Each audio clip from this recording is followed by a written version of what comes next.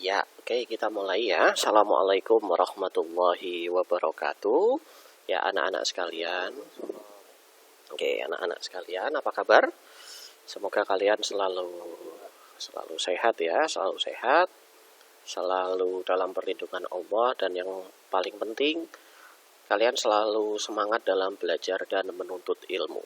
Ya, setelah rangkaian ujian yang 1 bulan, dan mungkin sekarang kalian masih menjalani ujian di asrama tentunya, kalian harus bersiap-siap untuk segera move on ke ujian tulis berbasis komputer atau UTBK atau ujian-ujian lain.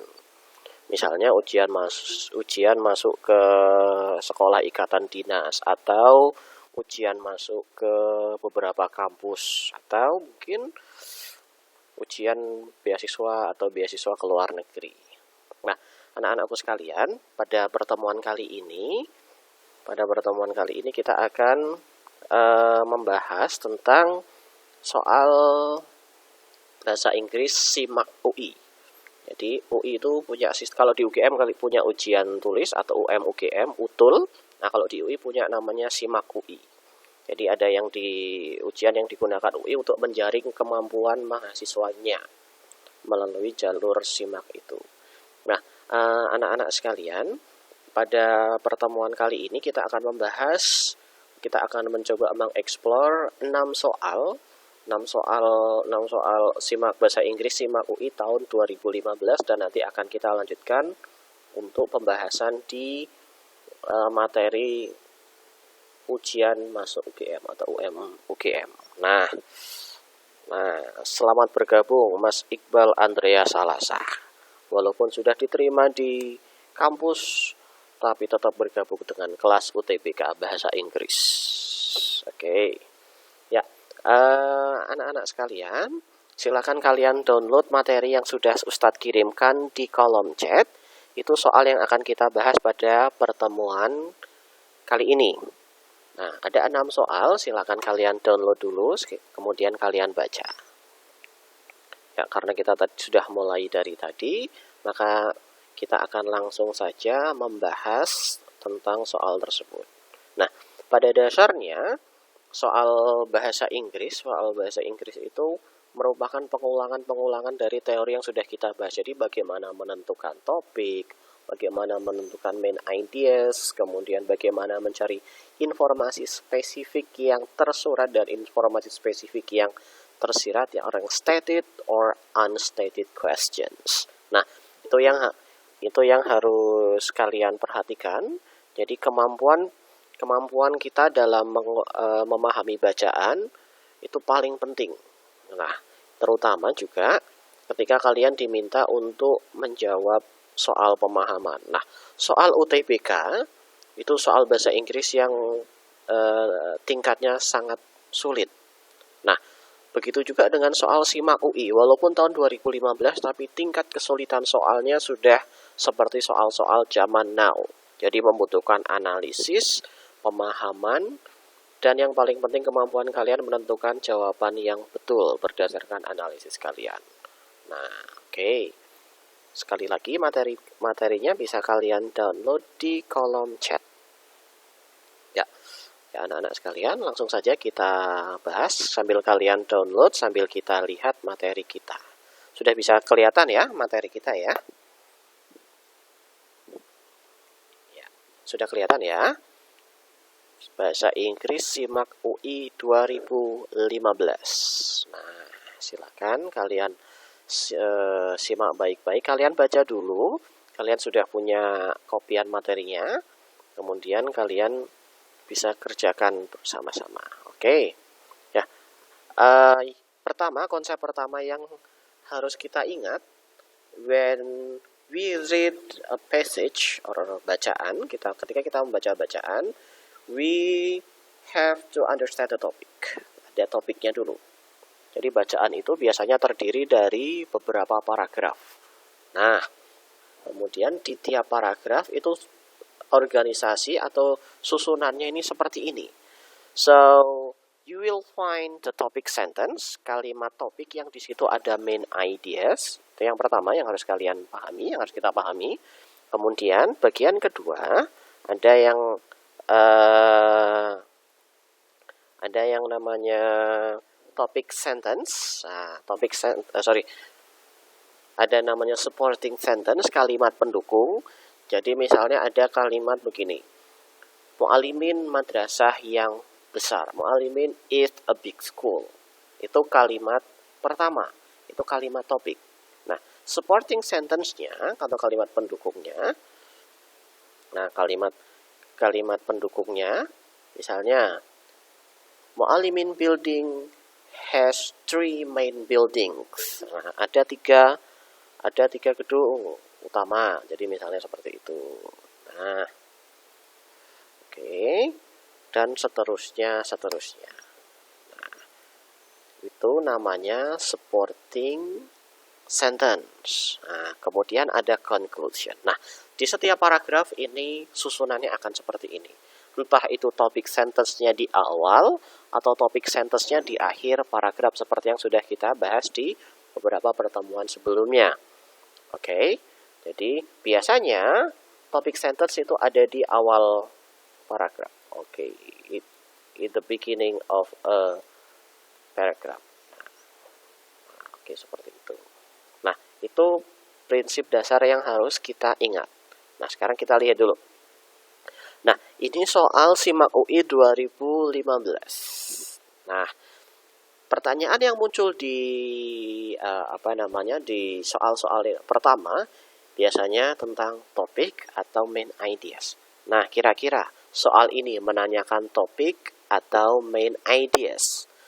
Soalnya, the following paragraph most likely discusses, paragraf di atas ya sebagian besar topik. Oke. Ciri-ciri kalau topik apa Mas jawabannya? Topik itu berupa phrase. Nah, phrase itu ini kumpulan kata saja. Nah, jadi kalau main ideas itu berupa subject dan verb. Nah, ide pokok. Kalau pertanyaan ide pokok, jawaban A, B, C, D, E-nya berupa ada subjek dan verb. Ada subjek dan kata kerja. Nah, kalau topik itu hanya phrase atau kumpulan kata. Nah, di sini gimana nih? Kira-kira, so in your opinion, what is the topic of the paragraph? Jawabannya apa? Ingat, kalimat pertama dulu yang dibaca. Okay, remember to read the first sentence. Oke, ada yang bergabung lagi. Oke,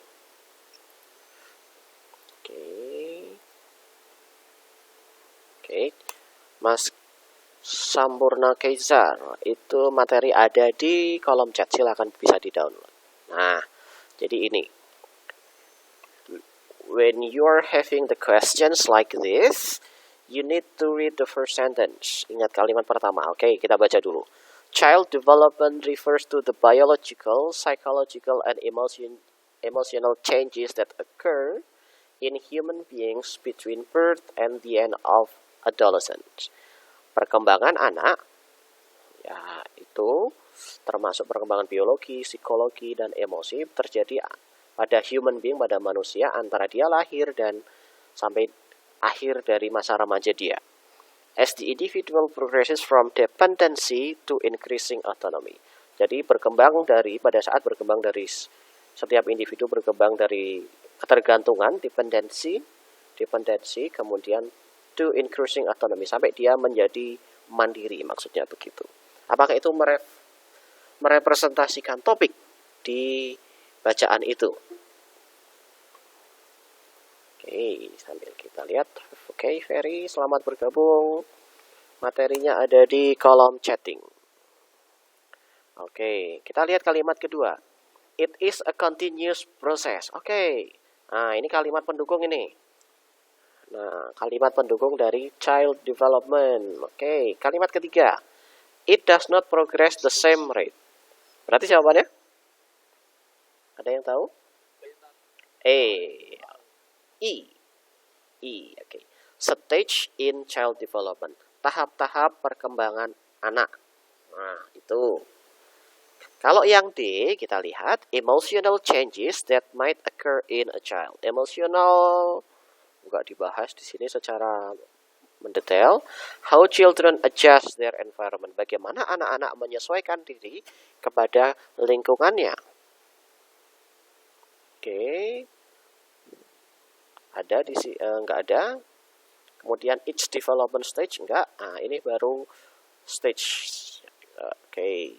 Stage tahap-tahap perkembangan anak.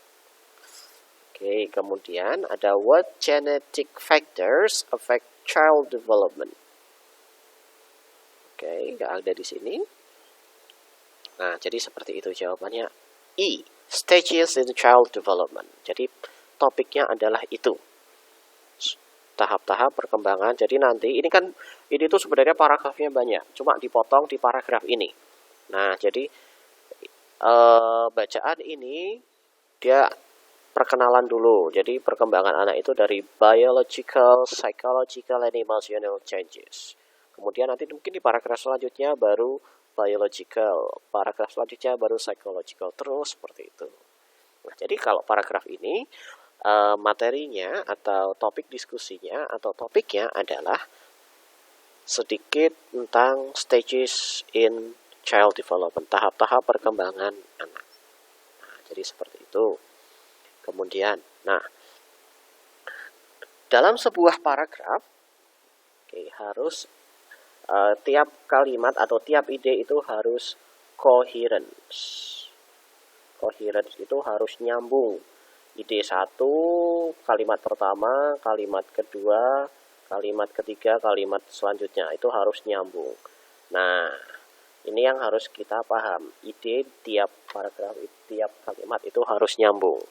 Ya. Nah, anak-anak sekalian, yang menjadi masalah adalah ketika kita menentukan kalimat mana yang tidak nyambung atau irrelevant. Nah, berarti you have to understand each detail or each ideas of the paragraph. Jadi, you have to understand each detail. Jadi, kalian harus benar-benar memahami detail di kalimat-kalimat itu. Nah, kebetulan ini sudah ada tandanya. Kalimat the first sentence, second, third, or four, or so six. Nah, sekarang tadi kan topiknya adalah perkembangan anak. Sekarang kita coba kalimat kedua. Mana kalimat ini nggak nyambung nggak ini? It is a continuous process with a predictable sequence yet having unique course by every child. Nyambung nggak ini? Masih nyambung. Oke, number 3. It does not progress the same rate and each stage is affected by preceding types of development. Nyambung kah? Nyambung. Ya, nyambung. Jadi masih membahas tentang proses perkembangan anak. Kemudian nomor 4. Siapa ya? Siapa yang mau jawab? Yang keempat ini nyambung nggak? Ayo mas, siapa yang mau jawab? Yang nggak nomor berapa mas? Kenapa nomor 5?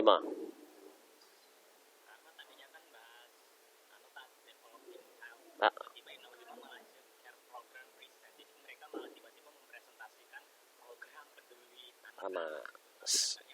Sip, betul. Ya, sentence number 5. Nah, so your idea is great. Nah, jadi kayak begitu ya. Jadi ada yang nggak nyambung, nomor berapa? Oh, tinggal dibaca aja itu kalimatnya. Nah, sip. Ya, oke. IELTS kalian nanti akan tinggi kalau kayak gini caranya. Sip, bagus. Jadi ide yang nggak nyambung itu ada di kalimat kelima. Jadi itu tidak coherent. Good.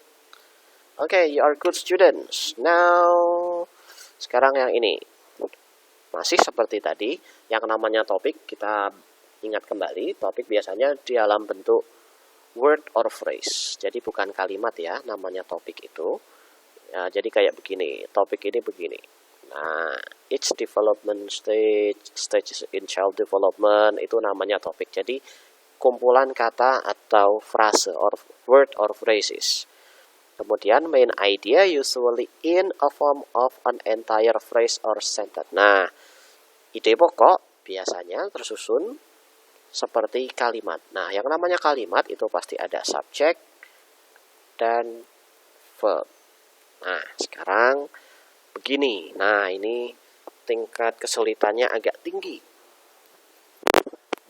Nah, sekarang ada pertanyaan begini. Which of the following is the main idea of the passage? Okay, you only need to read the first paragraph. Sudah paham belum kalian di paragraf itu? Paragraf 1. Oke, jawabannya apa? Oke, alhamdulillah masih ada banyak yang bergabung. Oke.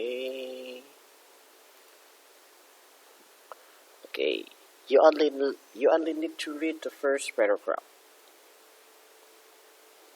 Okay, who can answer that questions? Oke, silakan sharing dengan temannya. Salah tidak dosa. Oke, come on. A, B, C, D, or E. Neglected itu nyuekin, tidak memperdulikan. Oke.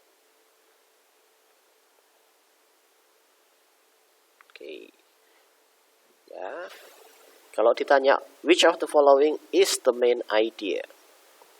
Okay, you only need to read the first paragraph or the last paragraph. Jadi biasanya informasi umum itu akan berkumpul di paragraf pertama. Oke, Ari Krivki. Oke, materinya ada di kolom chat. Oke, please download and read and study. Okay, let's read. Okay, let's read the first paragraph. A forgotten issue in urbanism is land use during the night time, with problems such as noise and dirt, which could be improved with information from Twitter. Jadi, salah satu masalah yang terlupakan di urbanisme adalah land use during the night time. Jadi penggunaan tanah, penggunaan lahan daerah pada malam hari. Dan masalah ini termasuk kebisingan, tingkat kotor debu atau apa itu, which could be improved with information from Twitter.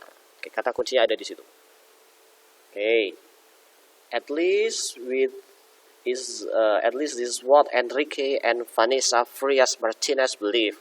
Computer science researchers at Telefonica Research and University of Maryland, USA, respectively. Jadi mereka berdua adalah peneliti dari Universitas Telefonica dan Maryland, Amerika. We have suggested using geolocalized tweets for urban planning and land use. Ya, mereka memberikan saran tentang menggunakan geolocalized tweet. Jadi, menggunakan tweet itu bahasa Indonesianya apa? Kicauan. Ya, tweet itu kicauan. Kicauan berdasarkan lokal atau tempat mereka untuk memetakan masalah-masalah urbanisasi atau masalah masyarakat atau tentang pemetaan. Nah, kita lihat jawabannya. Yang A, many people like to use geolocation text on Twitter. Enggak nyambung di paragraf itu. Itu terlalu umum yang A.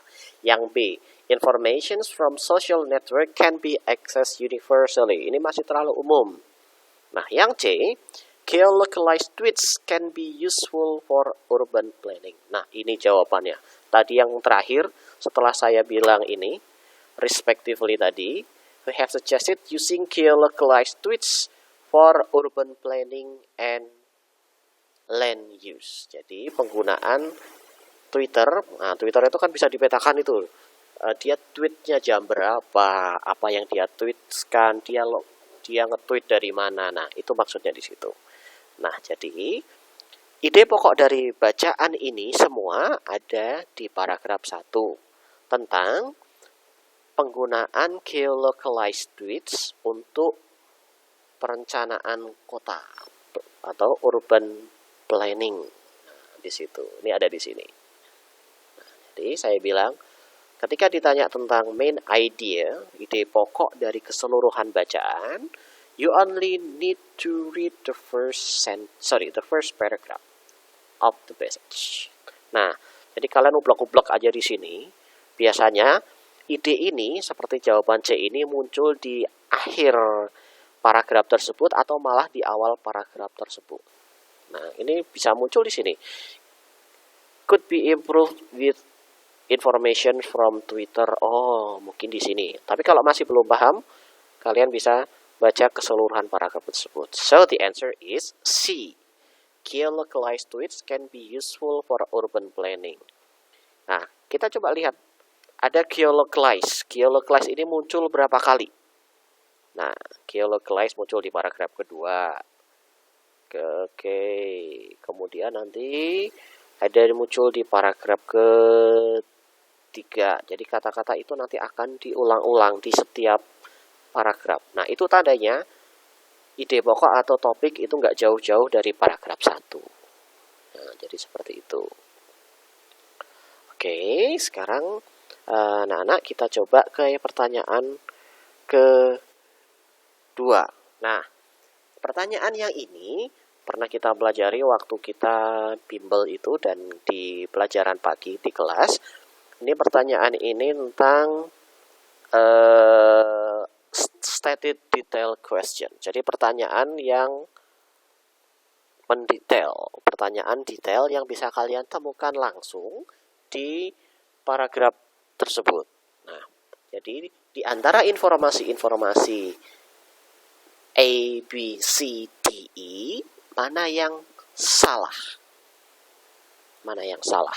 Oke, mari kita lihat. Kalian coba baca dulu. Tunjukkan informasi itu di posisinya di mana dalam paragraf tersebut. And then we discuss why the statement is correct or incorrect. Nah, silakan kita coba bersama-sama.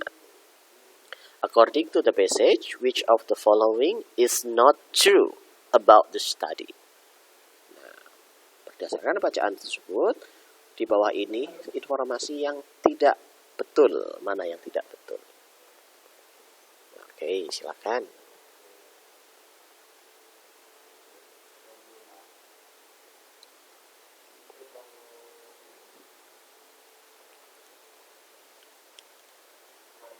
Oke.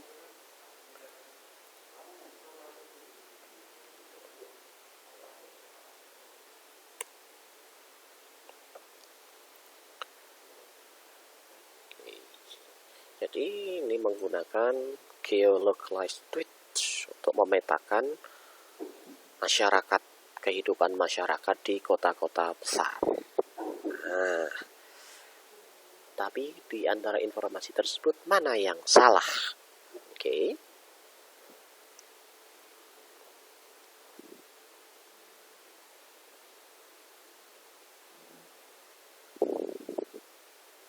Ada yang jawab, oke, salah tidak dosa.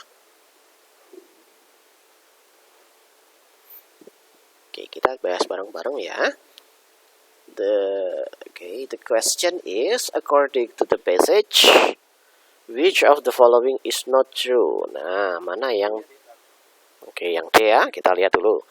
It shows that people in London most tweets in daytime leisure areas. Orang-orang di London itu nge-tweet pada waktu siang hari di tempat yang kosong. Cari London. Betul nggak? Jawaban A. Betul. Berarti ini salah ya, jangan dipilih. Not loh ini. Not. Nah, berarti ini jawabannya ini. Ini jangan dipilih. Ini ada di paragraf dan betul. Kemudian yang B. The focus of the study is land use in Manhattan, Madrid, dan London. Apakah ini fokus studi tentang penggunaan lahan di Amerika, di Manhattan, di Madrid, atau di London? Benar nggak ini? Cari ini ya. Yang ada 3 urutannya, Manhattan, Madrid, London. Using aggregate of tweets. Nah, Frias Martinez sibling have studied land use in Manhattan, Madrid, and London. Oke, kita keep dulu ya. Kemudian yang C, residential, business, daytime leisure, and nightlife areas could be identified. Apakah 4 ini bisa diidentifikasi? Residensial, pemukiman, bisa ya?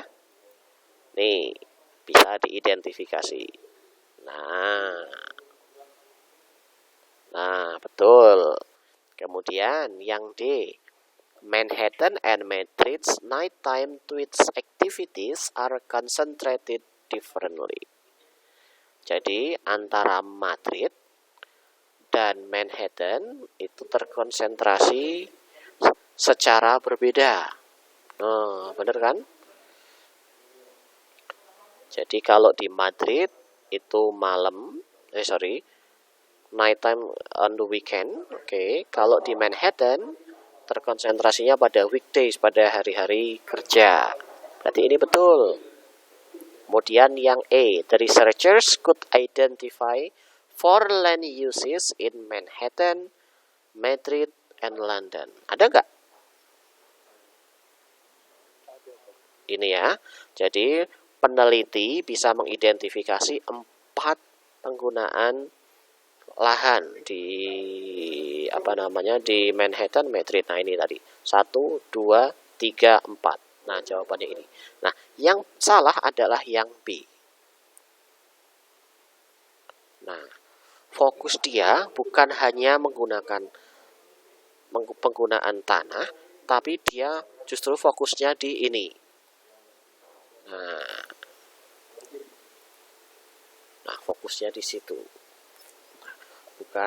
Fokusnya bukan penggunaan lahan di Manhattan, Madrid, dan London, tapi fokusnya dia adalah bagaimana residential, pemukiman, bisnis, daytime leisure, jadi kegiatan mereka sehari-hari orang-orang tersebut dan kehidupan malam.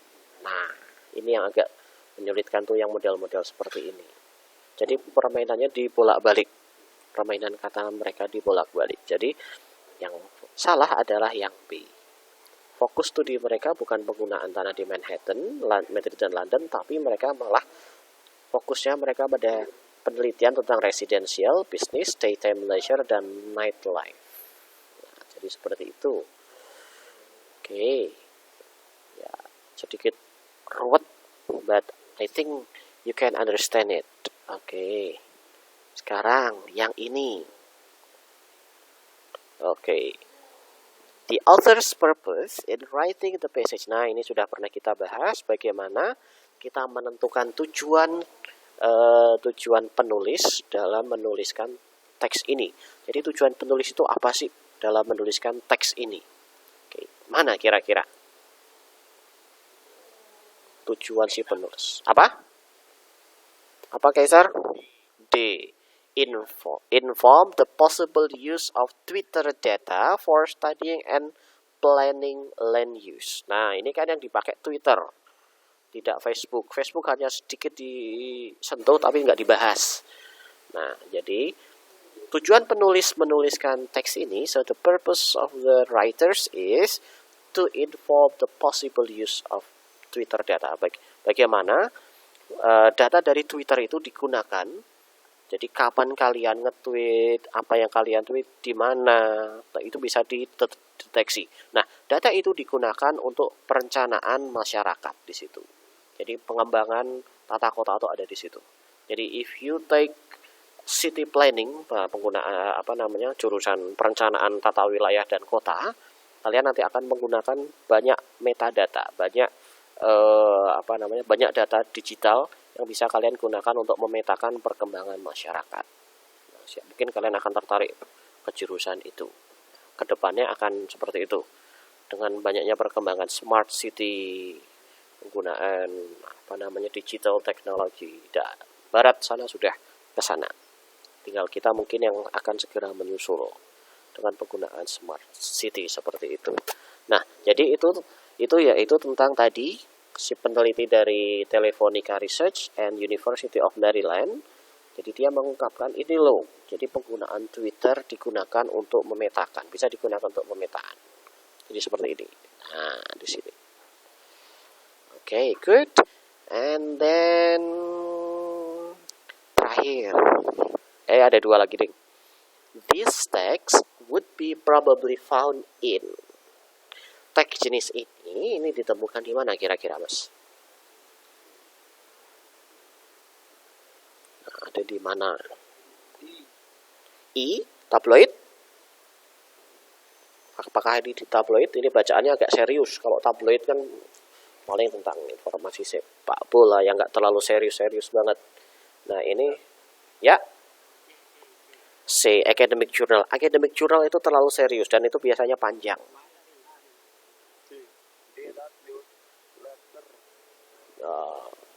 Newsletter, pemberitaan enggak.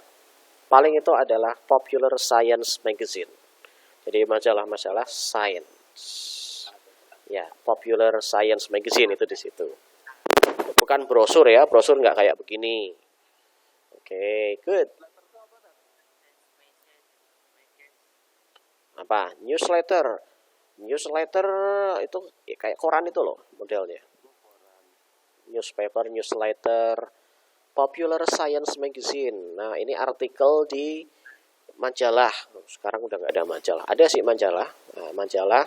Nah, ini biasanya rangkuman dari academic journal. Nah, academic journal dirangkum, resume, and then it is written in Popular Science Magazine. Nah, jadi seperti ini rangkuman dari penelitian yang biasanya ini rangkuman dari penelitian yang ada di academic journal. Kalau jurnal itu panjang dan bahasanya serius.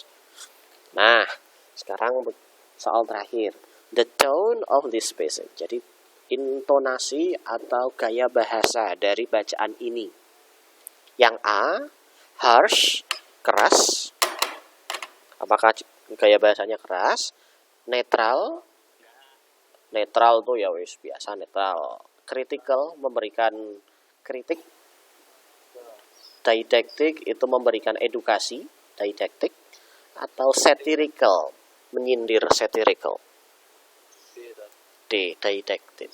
Jadi ini memberikan informasi atau mengedukasi kita bahwa geolocalized tweets atau nge-tweet yang berdasarkan tempat-tempat itu bisa digunakan untuk memetakan atau membuat perencanaan tata kota atau tata wilayah.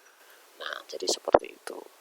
Ya, jadi teman-teman sekalian, itu sedikit diskusi kita tentang soal SIMAK UI 2015. Nah, untuk untuk meningkatkan pemahaman kalian, ada sedikit soal yang bisa kalian kerjakan. Kita akan bahas di pertemuan besok. Di pertemuan besok kita akan mencoba untuk membahas bagaimana soal-soal karakter soal-soal UGM. Nah, jadi UI itu punya karakter soal sendiri, UGM punya karakter soal sendiri, tapi pada dasarnya itu sama. Jadi itu sudah saya kirimkan di kolom chat, jadi bisa kalian download. Oke. Nah, untuk itu kita coba perhatikan sekali lagi, kita ingat-ingat sekali lagi bahwa susunan dari sebuah teks bacaan ini seperti ini. The first, you will find the topic sentence atau ide pokok. Kemudian ide pokok tersebut didukung dengan supporting sentence 1, 2, 3, 4, up to ada berapa nanti. Kemudian ada conclusion. Nah, seperti ini. Nah, ini kalian tadi diminta untuk mencari topik. Nah, untuk mencari topik, maka kalian harus memahami kalimat pertama dulu. If you can understand the first sentence, then you will go smoothly to second sentence, third sentence, and fourth sentence. Jadi kalian akan paham bagaimana ide itu dikoneksikan di kalimat kedua, 3, 4, dan seterusnya. Nah, satu lagi kunci dari sebuah paragraf adalah coherence. Nyambung idenya dari kalimat pertama sampai kalimat terakhir. Kalau nggak nyambung itu namanya irrelevant atau tidak coherence. Nah, biasanya di soal-soal UTBK atau soal TOEFL atau IELTS itu diminta untuk menentukan mana sih kalimat yang nggak nyambung atau nggak relevan itu ada di mana. Dan kalian sudah bisa menentukan hal tersebut. Oke, nanti ada pertanyaan tentang materi pembahasan kita. Kalau tidak ada, kita lanjutkan di pertemuan berikutnya. Atau ada pertanyaan lain dari kalian? Silakan. Oke, silakan. Oke, lanjut. Oke. Oke, sekarang kita lanjutkan di sebentar. Oke, kita lanjutkan di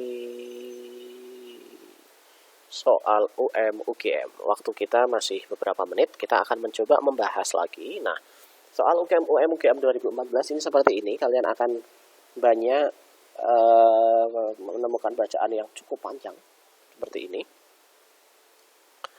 Okay, we are going to use this text to for the next meeting. Jadi kita akan menggunakan teks ini di pertemuan berikutnya. There will be 10 questions that you have to answer. Jadi please read the question, understand the questions, and try to understand the vocabulary that you don't know the meaning. Jadi silakan kalian baca dulu teks ini. Ada 10 soal, kemudian cari kosakata-kosakata yang kalian tidak pahami. Ini tentang cyberbullying. Remember, nah ini contoh nih kalimat pertama, soal pertama nih. Which of the following the best describe the topic of the text? Nah, coba kalian baca dulu kalimat yang pertama, paragraf yang pertama. Mana jawabannya kira-kira? Cepat saja.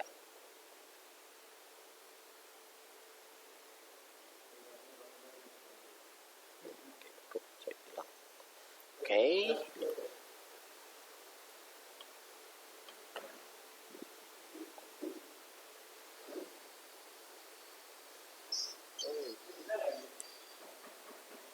A, B, C, D, E. Mana? Ayo, mana yang mana? While bullying has always been a problem encountered during childhood and adolescence, we all know it's on the rise. When a child is intentionally or repeatedly mean to another child, the cycle begins. Bullying occurs on the playground, blah blah blah. And now that so many children have access to latest technology, the problem has become even more prevalent.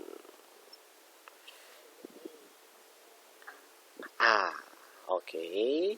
Jadi kalimat pertama dibahas di paragraf pertama ini ya. Jadi di paragraf pertama tentang bullying. Bullying has always been a problem encountered during childhood and adolescence. Jadi masalah-masalah bullying ini dihadapi kalian masih anak-anak dulu sampai sekarang kalian remaja.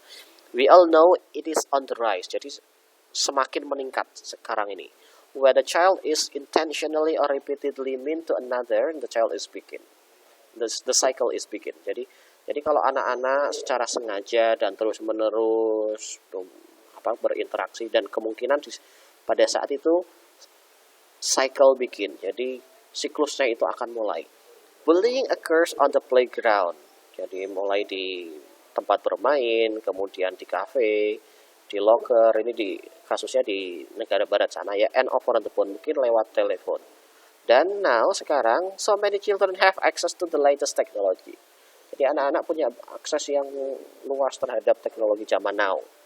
Nah, masalahnya adalah masalah tadi, the problem has become more prevalent. Nah, masalah ini sekarang menjadi hal yang umum. Maka jawabannya, jadi bullying menjadi menjadi cyberbullying. Jadi being aware of cyberbullying as the most common crime nowadays. Jadi ada tindak kriminal saat ini, sekarang ini namanya cyberbullying. Jadi kita harus mulai waspada. Jadi topik dari bacaan ini adalah kita harus waspada tentang cyberbullying sebagai kejahatan yang umum pada saat ini, dalam tanda kutip umum. Nah, cyberbullying itu efeknya sangat luar biasa. Nah, coba kalian baca dulu, pahami, dan kita akan mendiskusikan teks ini pada pertemuan berikutnya.